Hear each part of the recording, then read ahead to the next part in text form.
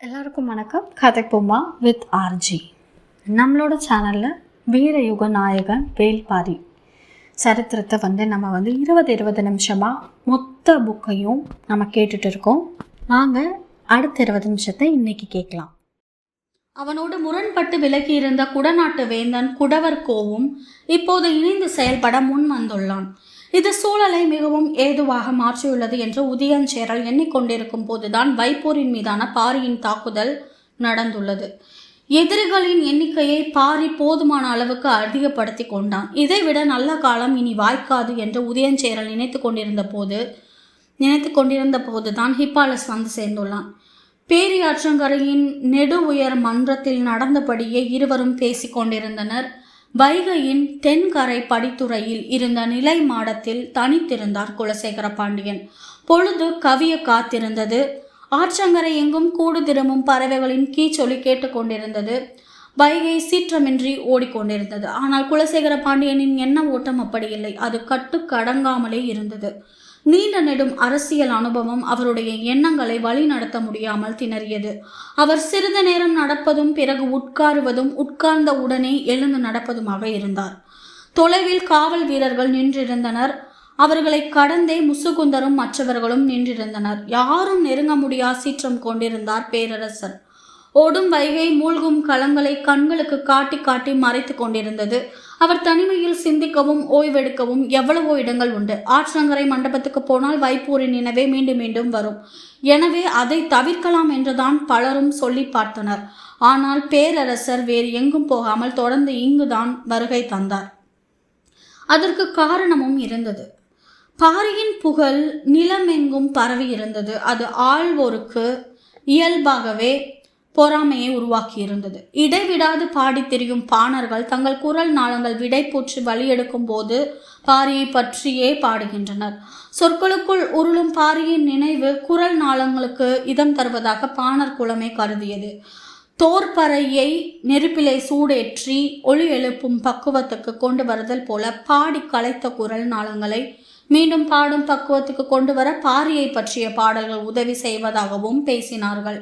பாரியை பற்றிய பாணர்களின் பேச்சும் பாட்டும் இசையும் கூத்தும் வேந்தர்களின் ஆழ் மனதில் வெறுப்பை இடைவிடாது உமிழ்ந்து கொண்டிருந்தன.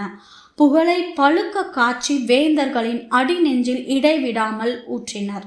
அது எல்லா வகையிலும் வினையாற்றி கொண்டிருந்தது.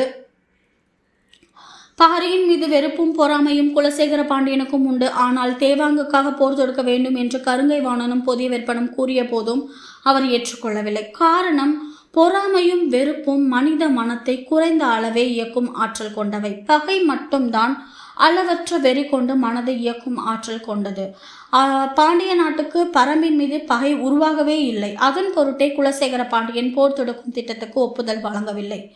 பெரும் மலை தொடருக்குள் இருக்கும் ஒரு நாட்டை கைப்பற்ற வளமிக்க போர்ப்படை மட்டும் போதாது. அதை வழி நடத்துபவர்களுக்கு ஆறா பகை இருக்க வேண்டும். அதுதான் அவர்களை சினம் குறையாமல் இயக்கி கொண்டே இருக்கும். பகை கணந்தோறும் ஊறி பெருகக்கூடியது. சூழலில் நிகழும் ஒவ்வொரு காரணத்தையும் பகை தன்னை பெருக்கிக் கொள்ள இயல்பாக பயன்படுத்தி கொள்ளும். வெறும் பொறாமையும் வெறுப்பும் எளிதில் அணைந்துவிடும். பகை மட்டுமே மூட்டியவனால் கூட அணைக்க முடியாத பெருநெருப்பு. இப்போது பாண்டிய நாட்டுக்கு பரம்பின் மீது தீரா பகை உருவாகிவிட்டது.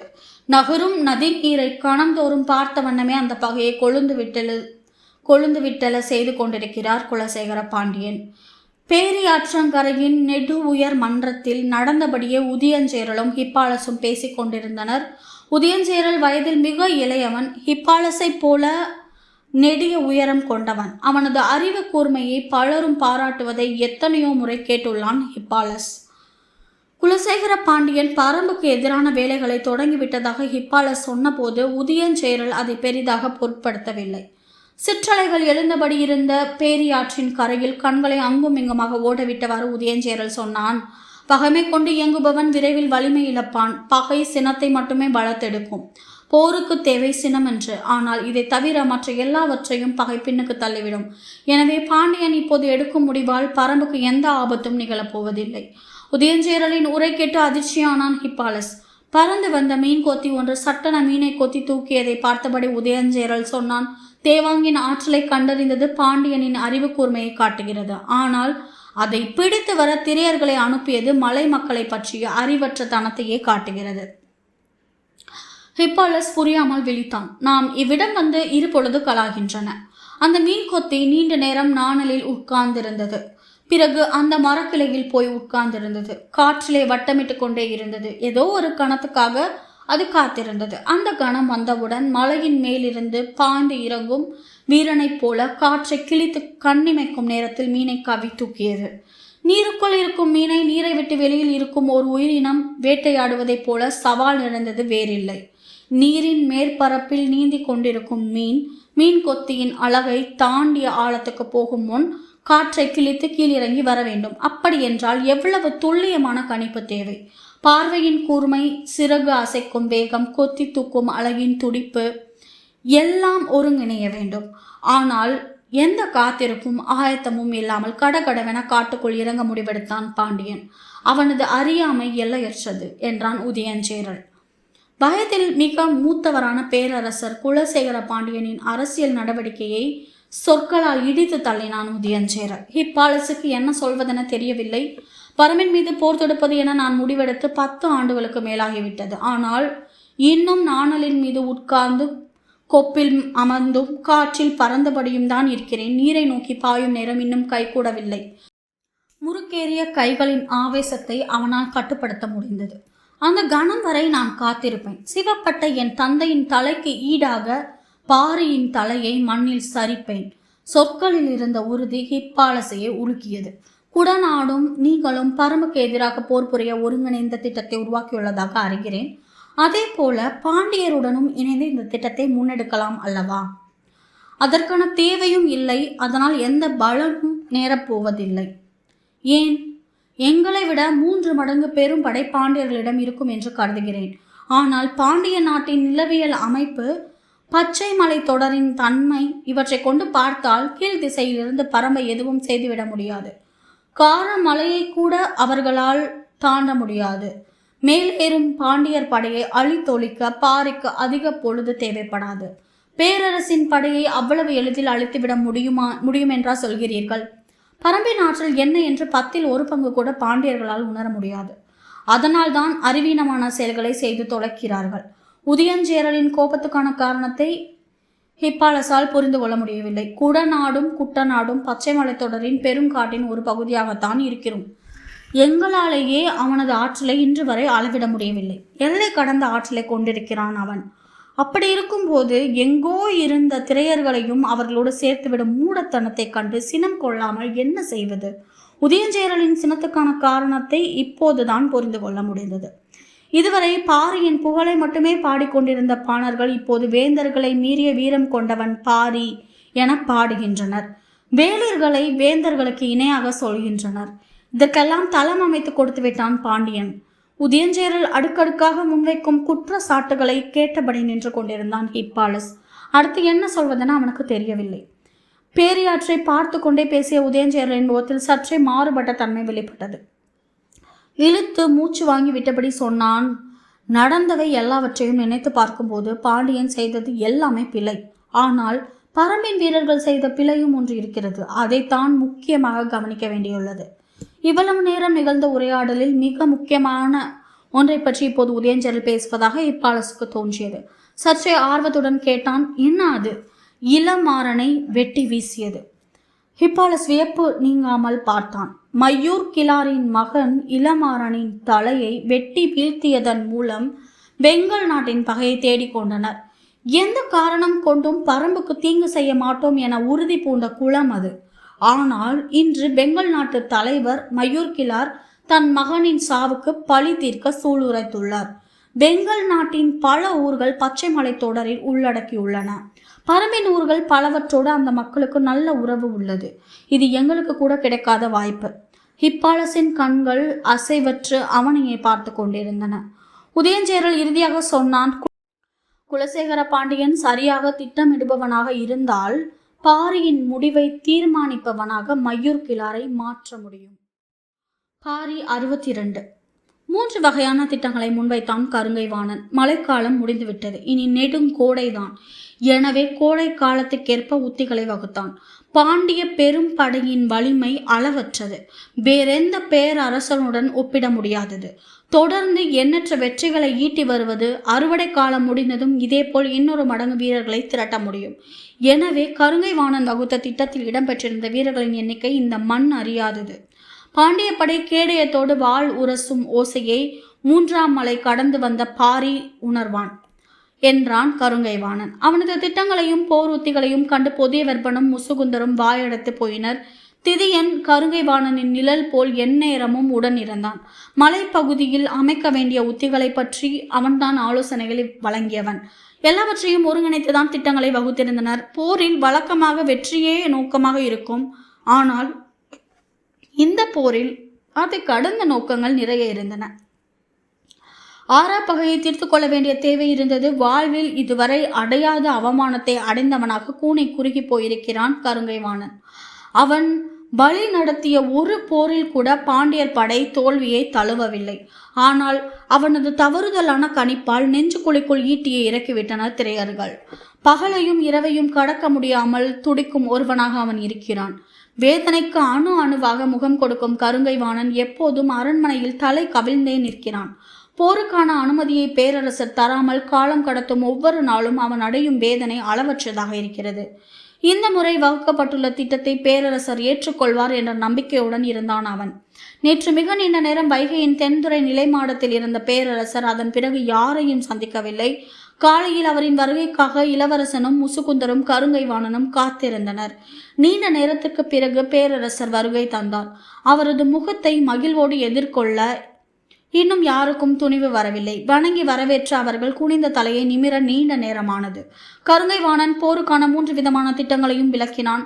தோல் மடிப்புகளை ஒவ்வொன்றாக விரித்து விரித்து படை நகர்வுகளையும் தாக்குதலையும் மிகுந்த நிதானத்தோடு சொல்லிக் கொண்டிருந்தான்.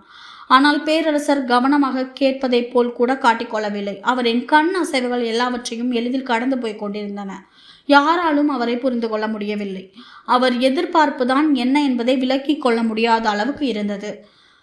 அவர் அடுத்த பணிக்காக அவையை விட்டு நீங்கிய போது கருங்கைவாணனும் புதிய வெப்பனும் கூனி குறுகி போயினர். முசுகுந்தர் கலங்கிய முகத்தோடு அவருக்கு பின்னால் போய் கொண்டிருந்தார். முன்பு போல் கலங்கி போயிருக்கவில்லை பொற்சுவை. அவளின் முகம் தெளிவு கொண்டிருந்தது. காலம் எல்லாவற்றையும் கற்றுக் கொடுக்கும். கற்றுக்கொள்ளும் சுவை அறிந்தவளுக்கு கணக்கின்றி கற்றுக் கொடுக்கும். வெளிமாடத்தில் நின்றபடி சக்கரவாக பறவை பறந்து சென்ற திசையை பார்த்து கொண்டே இருந்த காலம் முடிந்துவிட்டது என்பதை உணர்ந்தாள்.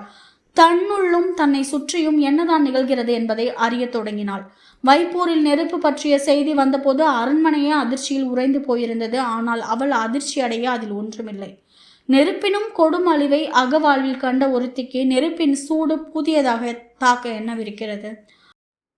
மூழ்கிய களங்களை பற்றியும் நிதந்த சாம்பலை பற்றியும் நாள் கணக்கில் பேசினர். அதற்கு வெகு நாட்களுக்கு முன்பிருந்தே அவள் அதைத்தான் பார்த்து கொண்டிருக்கிறாள். ஏறக்குறைய அவளின் அனைத்து கனவுகளுக்கும் அதுதான் நிகழ்ந்தது. எந்தவித மிச்சமும் இன்றி நிகழ்ந்தது. வைப்பூருக்காவது வைகை மிஞ்சியது. பொற்சுவைக்கு மிஞ்ச எதுவும் இல்லை. துயரம் தன்னுள் மட்டுமல்ல, அரண்மனையின் வெளி முழுவதும் பரவி இருக்கிறது என்பதை உணர்ந்தாள். குலசேகர பாண்டியனும் புதிய வெப்பனும் சூழ்கடல் முதுவனும் ஒரு சேர மனமுடிந்து கிடப்பதாக கேள்விப்பட்டாள். மேல் மாடத்தில் வீற்றிருந்த அவளை வைகையின் இளம் காற்று தழுவி கடந்தது. நெருப்பும் துயரமும் தன்னை நோக்கி வர மறுப்பதை அறிந்தபோது வைகை நெருக்கமாக இருப்பதாக உணர்ந்தாள். அழிவு நீக்கமர நிகழ்ந்து விட்டது. மணவிழாவின் நினைவு பரப்பெங்கும் துயரம் பரவி கொண்டிருப்பதை பற்றி எல்லோரும் பேசிக் கொண்டிருந்தனர். எல்லாவற்றையும் அமைதியுடன் கவனித்தபடி இருந்தால் நீண்ட தனிமை அவளுக்கு தேவைப்பட்டது. தனித்திருத்தல் அவளின் இயல்புக்கு முற்றிலும் மாறானது. ஆனாலும் அதற்குள் புகுந்தாள். நீண்ட நாட்களாகவே சுகமதியை கண்டு பேசவில்லை. மாதங்கள் சில ஓடிய பிறகு இப்போதுதான் சுகமதியை அழைத்து வர சொல்லி பணிப்பெண்களை அனுப்பினாள். பின் தொடர்ந்து போன முசுகுந்தர் விரைந்து நடந்து அவரை அணுக முடியாமல் மிகவும் பின்தங்கியும் விடாமல் நடந்து வந்தார். அதாவது பேரரசருக்கு பின்னால் அமைச்சர் நடந்து வருகிறார் என்பதை பேரரசர் உணரக்கூடிய நிலையில் வந்து கொண்டிருந்தார். முசுகுந்தரின் மனம் பேரரசரை புரிந்து கொள்ள இடைவிடாது முயன்று கொண்டிருந்தது. வைப்பூரில் நிகழ்த்தப்பட்ட தாக்குதலால் பாண்டிய நாட்டின் புகழில் நிரந்தரமான கரை விழுந்துவிட்டது என்று பலரும் பேசுகின்றனர்.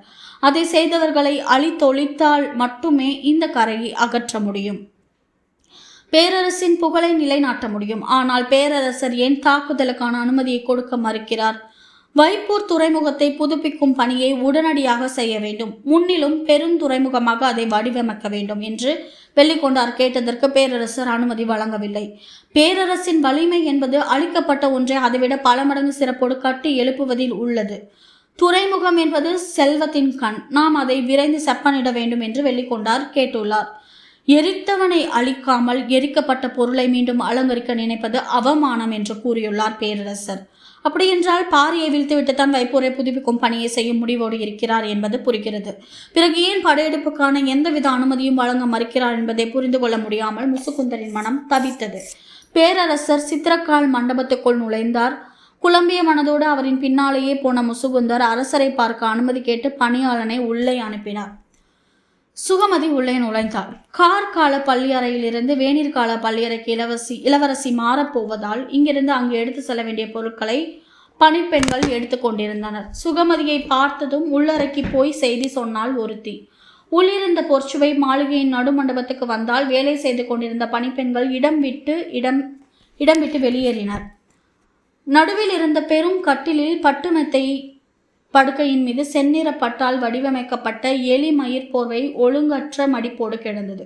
அதை பார்த்து கொண்டிருந்த சுகமதியின் கண்கள் சட்டென திரும்பி உள்நுழையும் பொற்சுவையை பார்த்தன. பார்த்த கணத்தில் இயல்பான பேச்சு தொடங்கியது. காலம் முடிந்து விட்டது. எனவே வேநீர்கால பள்ளியறைக்கு இளவரசி இடம்பெயர்வது அரண்மனை வழக்கமாம். அதற்கான வேலைகள் நடந்து கொண்டிருக்கின்றன சுகமதி என்றாள். சற்றே மெல்லிய குரலில் எல்லாம் வழக்கப்படிதான் நடக்கின்றனவா என்று கேட்டபடி இடப்புறமாக திரும்பி ஒழுங்கற்ற போர்வை மடிப்பை பார்த்தாள் சுகமதி. அசட்டு சிரிப்போடு பொற்சுவை சொன்னால், நானும் உன்னை போல்தான் நினைத்தேன். இதே கேள்வியை எனக்குள் கேட்டுக்கொண்டேன். சுகமதிக்கு புரியவில்லை. எல்லாம் வழக்கப்படி நடக்கின்றனவா? அப்படி நடக்கவில்லையே என முடிவு செய்து உள்ளுக்குள் மகிழ்ச்சி அடைந்தேன். ஆனால் காலம் தாழ்த்திதான் உணர்ந்தேன், எல்லாம் வழக்கப்படிதான் நடக்கின்றன. சுகமதி கேட்டதன் பொருள் சற்றே வெளிப்படையாகத்தான் இருந்தது. ஆனால் பொற்சுவை சொல்வதற்குள் என்ன பொருள் இருக்கிறது என்பது புரியவில்லை. வெளிப்படையாகவே கேட்போம் என்று சுகமதிக்கு தோன்றியது. படுக்கையின் அருகில் வந்தால் எலிமயிர் போர்வையை மெல்ல தொட்டு பார்த்தபடி, இந்த போர்வை உங்கள் இருவரின் உடல்களை உணர்ந்ததா? அதை நீ அறிய வேண்டாம் சுகமதி. என்னை போல் நீயும் சிக்கிக்கொள்ள நேரிடும். பழைய சுகமதி என்றால் தலை கவிழ்த்து சொற்களை உள்வாங்கி நிதானமாக அடுத்த வினாவை கேட்டிருப்பாள். ஆனால் இப்போது அப்படி அல்ல. கவிழ்ந்த தலையை சட்டென நிமிர்த்தி கேட்டால், உண்மையில் நீங்கள் யாரிடம் சிக்கிக் கொண்டுள்ளீர்கள்? காதலனிடமா புதியவர்பனிடமா? பெண் ஒருபோதும் ஆணிடம் சிக்கிக்கொள்ள மாட்டாள். அவள் சிக்கிக்கொள்வது அவளிடம் மட்டும்தான் என கன நேர இடைவெளியின்றி சொற்களை எரிந்துவிட்டு நடந்தாள் பொற்சுவை. சுகமதிக்கு எதிர்பாராத பதிலாக இருந்தது. பொற்சுவை தொடர்ந்தாள். ஆண் ஒருபோதும் பெண் மனதை கண்டறிய முடியாது. பெண் உடல் பிரித்தறிய முடியாத மர்மங்களின் சேர்மானம். ஆண்களால் கணிக்கவே முடியாத கற்பாறை. எனவே ஆணை கண்டு எனக்கு எப்போதும் பயம் இல்லை. நான் சிக்கிக் கொண்டிருப்பது என்னிடம்தான். உங்களிடமே நீங்கள் சிக்கிக் கொண்டுள்ளீர்கள் என்றால் உங்களை விடுவிக்கும் ஆற்றலும் உங்களிடம் உள்ளது என்றுதானே பொருள். உனது பேச்சு மொழியே மாறிவிட்டது சுகமதி. முன்னிலும் தெளிவாக பேசுகிறாய் என்று சுகமதியை வெகுவாக பாராட்டினாள். ஆனால் அவளின் சிக்கல் என்னவென்று மட்டும் சொல்லவில்லை. பொற்சுவையின் பின்னால் நடந்தபடி இருந்த சுகமதி தான் எழுப்பிய கேள்வியிடமிருந்து மட்டும் நகரவில்லை. பெண் மனதை ஆண் கணிக்கவே முடியாது என்றா சொல்கிறீர்கள்? ஆம், அதில் என்ன ஐயம்? நதியின் ஆழத்தை படகு அறியாது நீரின் போக்கில் நகர்வதே அதற்கு இன்பம் பயக்கக்கூடியது. அதன் தேவையும் அதுதான். எல்லா ஆண்களையும் அப்படி சொல்லிவிட முடியுமா? ஆண் என்ற வடிவத்துக்கு விதிவிலக்குகள் இல்லை சுகமதி. அதிர்ந்தாள். அவளது முகம் பொற்சுவை சொல்வதை ஏற்றுக்கொள்ள முடியாமல் திணறியது. நீளம் என்பது வானத்தின் விதி அல்ல, இயல்பு. விதியாக இருந்தால் விதிவிலக்கு இருக்கும், இயல்பாக இருந்தால். சுகமதி திகைத்து நின்றார். காரணம் புரியாத திகைப்பிலும் குழப்பத்திலும் இருந்த முசுகுந்தர் மீளவில்லை. உத்தரவுக்கு கட்டுப்பட்டு நீண்ட நேரம் காத்திருந்தார். பேரரசரின் அழைப்பை பணியாளன் வந்து சொன்னான். உள் நுழைந்தார் முசுகுந்தர். பேரரசரை பார்த்துவிட்டு சிலர் வெளியேறினர். அவர்கள் யாரென முசுகுந்தரால் அறிந்து கொள்ள முடியவில்லை. யாராக இருக்கும் என்ற சிந்தனையிலேயே பேரரசரின் முன் வந்து நின்றார். வந்து நின்ற கணத்தில் பேரரசர் கேட்டார், நாம் செய்த பிழை என்ன அமைச்சரே? அழுத்தி கொண்டிருந்த கட்டி வெடித்ததை போலிருந்தது. இந்த கேள்வியை கூட இத்தனை நாள் அவர் கேட்கவில்லை. வாழ்க்கை முழுவதும் சந்தித்திராத அவமானத்தை இந்த காலத்தில் தான் முசுகுந்தர் சந்தித்தார். வைப்பூரின் அழிவுக்கு பிறகு ஒற்றை கேள்வி கூட அவர் கேட்கவில்லை. அந்த பெரும் அழிவை நேரில் பார்த்தவர் முசுகுந்தர் தான். எதையும் கேட்க மறுத்ததன் மூலம் உருவான நிராகரிப்பை அவரால் தாங்கிக் கொள்ளவே முடியவில்லை. இப்போதாவது கேட்டாரே என்று சற்றே ஆறுதலுடன் சொன்னார். தேவாங்கை கொண்டு வந்தவர்கள் எல்லாம் திரையர்கள் தானா என்பதை சோதிக்க தவறியது. இல்லை, திரையர்கள் வீழ்ந்து விட்டார்கள் என்று கருங்கை வாணன் சொல்லியதை நம்பியது. பேரரசரின் எண்ணம் எவ்வளவு உள்ளோடியதாக இருக்கும் என்பதை நன்கு தெரிந்த முசுகுந்தரே முதல் கேள்வியிலேயே மூச்சு முட்ட நின்றார். பேரரசர் தொடர்ந்தார். இதோட பரம்பு மலையின் நாயகன், இயற்கையின் நண்பன் வேள்பாரியோட நம்ம பண்ணிகிட்ருக்கிற பயணத்தை, இன்னைக்கான பயணத்தை இதோட நம்ம முடிச்சுக்கலாம். நாளைக்கு மேற்கொண்டு ஆரம்பிக்கலாம். இந்த பதிவு உங்களுக்கு பயனுள்ளதாக இருந்துச்சுன்னா கதைப்போமா வித் ஆர்ஜி சேனலை லைக் பண்ணுங்கள், ஷேர் பண்ணுங்கள், கமெண்ட் பண்ணுங்கள், கண்டிப்பாக சப்ஸ்கிரைப் பண்ணுங்கள். தேங்க்யூ.